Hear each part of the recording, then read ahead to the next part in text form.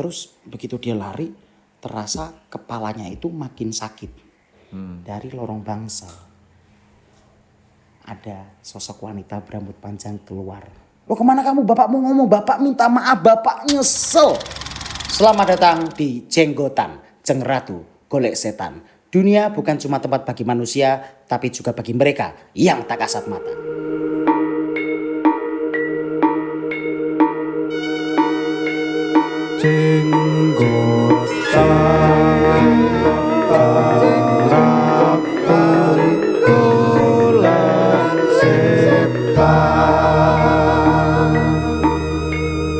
Oke, langsung aja kita mulai.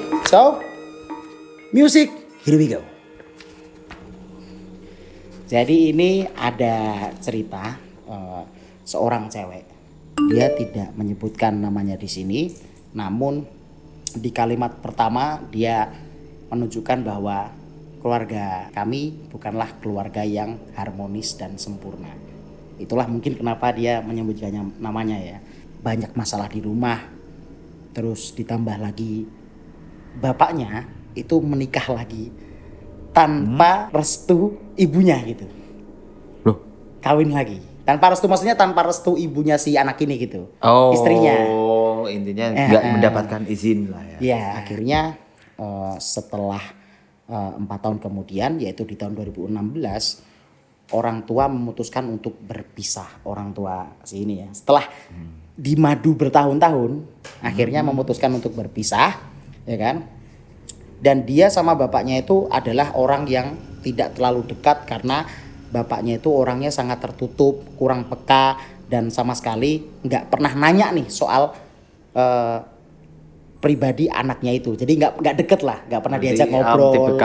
Tipikal bapak-bapak yang cuek lah. Ya. Yang kerja dan lain-lain, pokoknya wis tak sangoni aman selesai. Cuek lah ya. Ya, pada suatu saat anak ini, ya kan, yang ngirim cerita ini, itu pacaran sama seorang laki-laki, kebetulan cewek ini ya, seorang laki-laki yang beda keyakinan.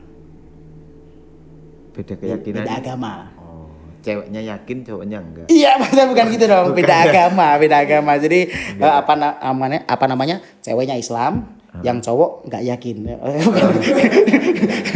Maksudnya pokoknya beda keyakinan ini nggak disebutin agamanya apa. Enggak, contohnya kan kayak gitu. Iya, contohnya kayak gitu. Nah, bapaknya itu tidak merestui kan. Tidak merestui. Dianggap si bapaknya ini egois. Karena apa? Lu aja kawin lagi gak dapat izin. Kalau lu mau sok-sokan gak mau ngizin pernikahan gua. Tidak selang beberapa lama setelah anaknya itu ngomong ke bapaknya kalau dia punya cowok beda agama, itu dia langsung sakit. Langsung sakit. Baru ngomong terus sakit. Badannya tuh panas, demam, diduga itu tipes, dan ternyata setelah dicek itu bukan tipes tapi DBD. Gitu. Oh, ini diceritain gitu. DBD. Itu lama bro, sampai sekitar 2 minggu lah. 2 minggu. Dirawat tuh 2 pekan. Oke. 2 pekan. Nah 2 pekan. Di hari pertama si anak ini sakit, yang dampingin itu adiknya sama ibunya.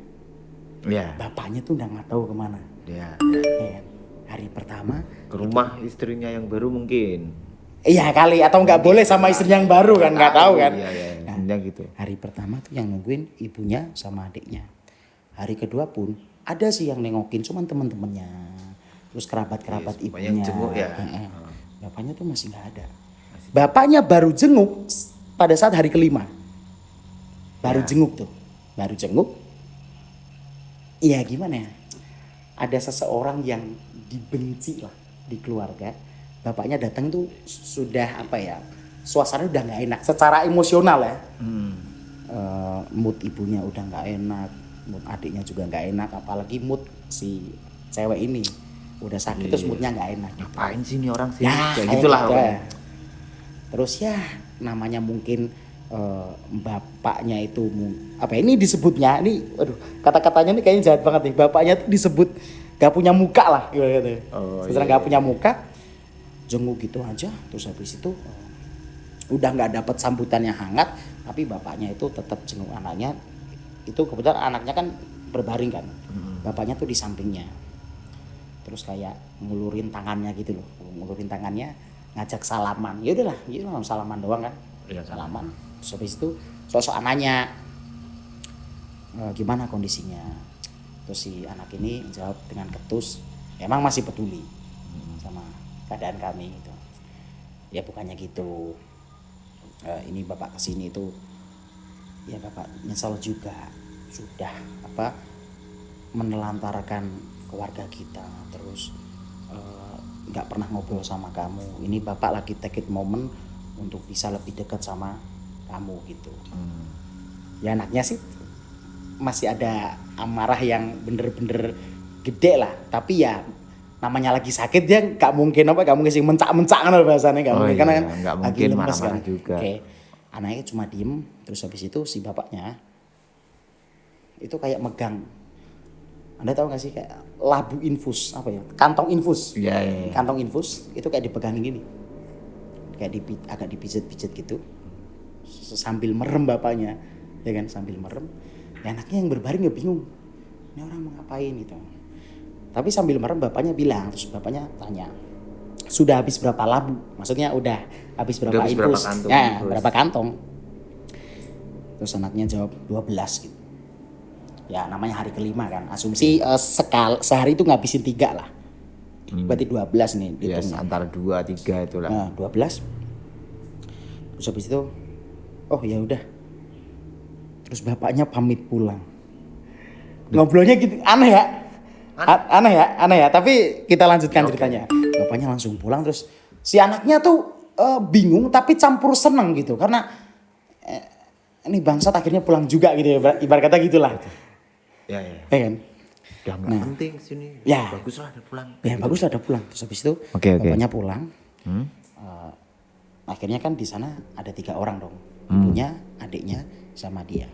Nah tidak lama setelah bapaknya pulang, itu kerasa ada kayak itu loh air yang netes di tangannya dari kantung itu.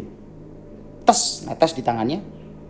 Apa nih? Terus dia nengok ke kantongnya, oh nggak bocor kok gitu kan? Karena dipikir ada kebocoran dong. Terus dia kayak, ya namanya orang sakit, orang berbaring udah berhari-hari, pasti melakukan hal-hal gabut seperti ini ada air netes di tangan nih. Itu dicolek sama dia, dicium ya, namanya gabut kan ya. Iya. Diciumin, wangi bro. Oke. Bukan wangi obat tapi. Hah? Bukan wangi obat, wangi parfum lu gak sih? Iya. Iya awalnya sih ngerasa aneh, tapi ya ini mungkin obat yang belum pernah dia belum obat baru mungkin lah atau apalah, obat jenis baru atau obat yang nggak pernah dia tahu sebelumnya. Tapi it's okay lah udah. Terus akhirnya setelah ngobrol bertiga bareng ibunya sama adiknya, akhirnya si anak ini tidur, ibunya tidur, adiknya tidur. Begitu tidur, si anak yang berbaring ini itu ngimpi bro. Mimpinya itu berada di sebuah kayak hutan. Hutan nek wong Bojonegoro ngomongi alas tapi dia rumpuk ngono lho. Sangat rimba sekali. Ya kan, sangat rimba sekali. Dia itu lari dikejar sama bapaknya. Dalam mimpi. Iya, dikejar sama bapaknya. Nah, yang dia itu merasa aneh adalah kok dia lari sambil ketakutan ya? Maksudnya dianya. Harusnya kalau dikejar bapaknya harusnya kan dia yang biasa aja dong. Ngapain ke sini kayak begitu? Bapaknya ngejar terus dianya kayak takut. Nafasnya terengah-engah ya begitu. Kayak takut sama bapaknya, dan dia nggak tahu apa yang ditakutkan. Terus begitu dia lari, terasa kepalanya itu makin sakit. Ini perlu diingat-ingat, kepalanya terasa makin sakit setiap kali dia lari. Oke. Karena ini bagian penting nih. Oke. Nah, setelah itu selain kepalanya semakin sakit, semakin dia lari, dia semakin gak bisa napas. Oke. Semakin gak bisa napas. Telinganya itu semakin gak bisa dengar apa-apa, ya kan? Dia cuman bisa dengar suara langkah lari bapaknya. sambil bapaknya minta maaf ke anak itu. Jadi jangan tinggalin bapak, ibarat gitu ya. Tapi ini gak disebutin. Mau kemana kamu? Mau kemana kamu? Mau kemana kamu? Bapak mau ngomong, bapak minta maaf, bapak nyesel. Yang didengar tuh cuma suara bapaknya doang. Tolong maafin bapak, tolong. Oke. Nah, gitu. Terus ya, dia tuh nggak bisa napas. Terus tiba-tiba pada saat dadanya sudah sesek banget, dia kebangun, ngaget, cret gitu, kebangun. Sentak ya. Nah, tersentak, terus dia kayak panik. Nah, ia berusaha menstabilkan nafasnya. Terus dia lihat ke depan dan dia lihat ke samping. Ibunya itu lagi kayak nelpon orang sambil panik. Adiknya di sampingnya lagi ngeliatin dia sambil nangis dan sambil nutup muka. Bingung dong, ini kenapa? Terus ibunya tuh begitu nelpon, terus anaknya, loh bu ini adik kenapa? Terus ibunya tuh terus nengok ke dia, terus lanjut telepon orang, terus habis itu teleponnya dimatiin ya kan. Terus ibunya menghampiri si anak ini, terus dibilang, kamu nggak apa-apa? Iya sih tadi cuma mimpi buruk aja gitu kan. Emang tadi kenapa gitu kan? Enggak, tadi tuh kamu kayak apa orang yang nggak bisa napas gitu loh, nggak bisa napas, mukamu tuh sampai biru. Mukamu sampai biru. Terus Sampai biru. Ibunya tuh refleks ngeluarin, ada tahu nggak sih kaca make up gitu? Dibuka nih, lihat, iya mukanya emang bener-bener biru. Terus pertanyaannya, adiknya kan nangis sambil nutup muka kan? Sambil nutup muka. Itu adiknya diajak ngomong nggak nyautin. Sampai akhirnya yang tadinya panik karena si anak ini berdua jadi panik karena adiknya. Oh, pindah Jadi panik karena adiknya. Oke. Terus akhirnya udah. Nah ceritanya ini dipersingkat. Nah pada saat dia sudah sembuh, sudah keluar dari rumah sakit ya kan, everything is good, everything is okay. So singkat cerita, si anak ini itu akhirnya menikah sama pacarnya yang beda agama itu. Oke, yang beda agama itu. Terus di suatu momen ngumpul keluarga lah. Kumpul. Si anak ini sama suaminya, terus habis itu sama adiknya. Adiknya kebetulan di sini itu namanya Tika, sebut saja Tika namanya, si adiknya ya. Itu namanya Tika. Iya, adiknya. Memang Tika. Sebut saja Tika katanya. Jadi si anak ini, si perempuan ini sama suaminya, si Tika sama ibunya lagi ngumpulkan keluarga. Lagi ngumpul. Terus mereka cerita sampai akhirnya menceritakan tentang kejadian rumah sakit itu. Nah, flashback. Setelah bertahun-tahun, flashback. Terus si pengirim cerita ini, si perempuan ini itu nyeritain mimpi dia. Dia dikejar-kejar bapaknya di sebuah hutan belantara, terus dia nggak bisa napas, terus kepalanya makin sakit, kayak diteken sama orang gitu loh, bro. Iya. Banyak makin sakit. Dan ternyata di malam yang sama, di malam rumah sakit itu ya, kan itu kan tiga-tiganya tidur. Ibunya itu ngimpi yang sama juga, dikejar-kejar suaminya itu di hutan sambil suaminya minta maaf. Nah, pada waktu itu, ya kan, yang nggak tidur itu cuma si Tika. Si adiknya ya. Iya, yang nggak tidur. Iya, nggak tidur. Nah, yang melek lah. Otomatis dia nggak ngimpiin apa-apa dong. Oh iya. Oke. Terus si Tika tuh kayak bengong gitu. Terus dia cuma bilang, apa itu kiriman dari bapak? Maksudnya kepo dong dua orang itu kan. Ya kan? Sama suaminya juga kepo, walaupun suaminya tuh nggak ikutan di malam itu ya. Iya. Cuman kepo. Terus akhirnya begini, si adiknya itu ngejelasin ke yang orang yang ngumpul itu, bahwasannya pada waktu itu, ya kan, pada waktu itu masih inget gak di malam itu tuh bapak jenguk kita. Dan kita juga mesti ingat bahwasannya selama ini bapak kalau ada masalah larinya selalu ke orang pintar atau paranormal. Nah Tika curiga nih, ini perspektifnya Tika ya. Nah Tika curiga nih, bapak itu mau menyelesaikan masalah sama kita, tapi lewat guna-guna. Nah, iya. Terus si ibunya nih kayak, ya sih, maksudnya ibu juga waktu pacaran sama bapak kamu juga kayak gitu orangnya, maksudnya datang ke paranormal atau bagaimana. Terus akhirnya si ibunya tanya, terus di malam itu kenapa kamu nggak mau ngobrol sama kita? Maksudnya nggak mau ngomong sama kita, kamu cuma nangis, cuma nutup muka si Tika itu.